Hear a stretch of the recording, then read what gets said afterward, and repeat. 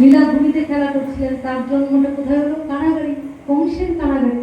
লক্ষ্য করে, কংসের কারাগারে ভগবানের জন্ম হলো। জীবকে দেখালেন, দেখো আমারও জন্ম কারাগারে হয়, কিন্তু ভগবান আর মানুষের পার্থক্য কি? কারাগারে জন্ম হলে তার দশাটা কি হতো? এটাও কিন্তু আমাদের কারাগার, দেহটা আমাদের কারাগার। আমরা আমাদের এই দেহ কারাগারে বন্দী থাকি কি দিয়ে? কাম, ক্রোধ, লোভ, মদ, মোহ, মাৎসর্য দিয়ে বন্দী থাকে। কিন্তু গুরু কৃপা যাদের হয়েছে, তারা এই কাম, ক্রোধ, লোভ, মদ, মোহ, মাৎসর্যকে তাড়িয়ে দিয়ে এখানে কৃষ্ণ আছেন, এখানে কংস আছে, কংসের পথ ছেড়ে দিয়ে কৃষ্ণকে ধরে আমরা হা কৃষ্ণ বলে এগিয়ে যেতে পারি। কিন্তু হা কৃষ্ণ বলে হাত তুললাম বটে, কিন্তু গুরু মুখ পদ্ম বাক্য চিত্ততে করিও আর না করিও মনে আসা, ওই দাত্ত জায়গায় দাঁড়াতে পারে। তাই ভগবানের কৃপা বঞ্চিত হয়ে যায়। কিন্তু জীবা জায়গা, এটা খুব গুটি কয়েক হয়, সবার হয় না।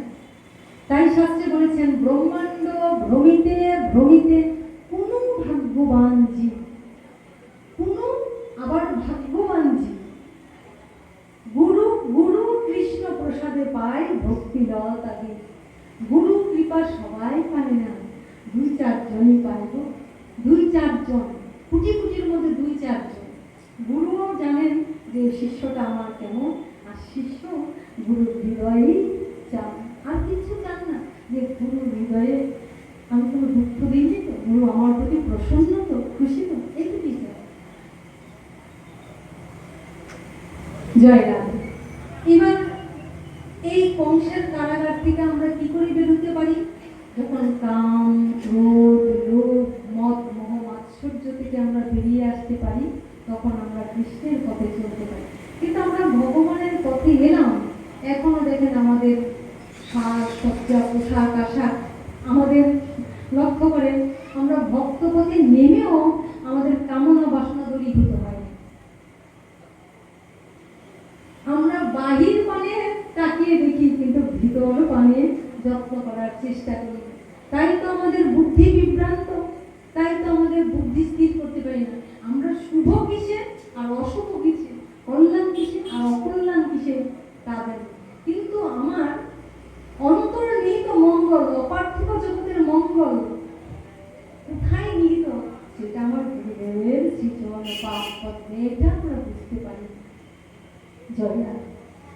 তা আজ দেখেন সৃষ্টিকর্তা ব্রহ্মা মনে মনে চিন্তা করতে লাগলেন যে ভগবান নাকি পৃথিবীতে এসছেন, ভগবান নাকি মানুষের দেহকে আশ্রয় করে লীলা করছেন। আচ্ছা যাই হোক, একটু দেখে আসি। ব্রহ্মমোহন লীলার মধ্যে আমরা দেখতে পাই সৃষ্টিকর্তা ব্রহ্মা এসে মনে করলেন আমার তো একটু বুদ্ধি আছে, ব্রহ্মার একটু জ্ঞান আছে, ব্রহ্মা তো জ্ঞান দিয়েই চালিত, ব্রহ্মা থেকে সমস্ত জীব সৃষ্টি। অর্থাৎ এখানে আমরা বুঝতে পারছি যদি জ্ঞান থাকে তাহলে জ্ঞানের বিকারও থাকে। আর যার জ্ঞান আছে কিন্তু জ্ঞানে সে নত হতে জানে, জ্ঞান কোথায় কোথায় ব্যবহার করতে হবে আর কোথায় কোথায় ছাড় দিতে হবে, এইটুকু যদি বুঝতে পারে, এটা হলো পরিপূর্ণ জ্ঞান।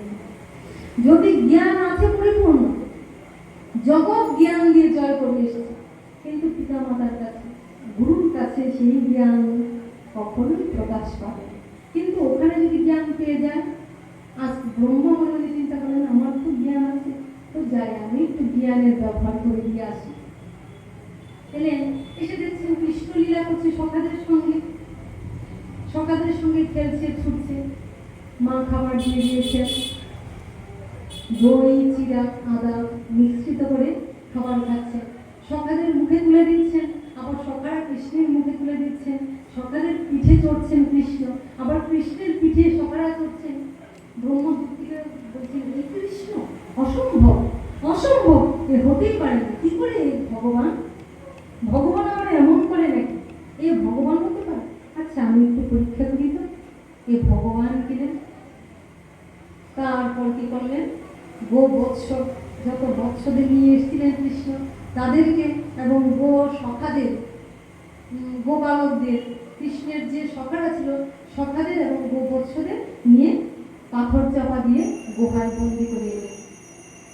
বন্দি করে এসে ব্রহ্মা মনে মনে ভাবছেন দেখি কি করে, এবার ভগবান তো শ্রীকৃষ্ণ, তো ভগবান তো লীলা করতে এসেছেন মানুষের সঙ্গে, মানুষের লীলা করবেন, মনুষ্য লীলা।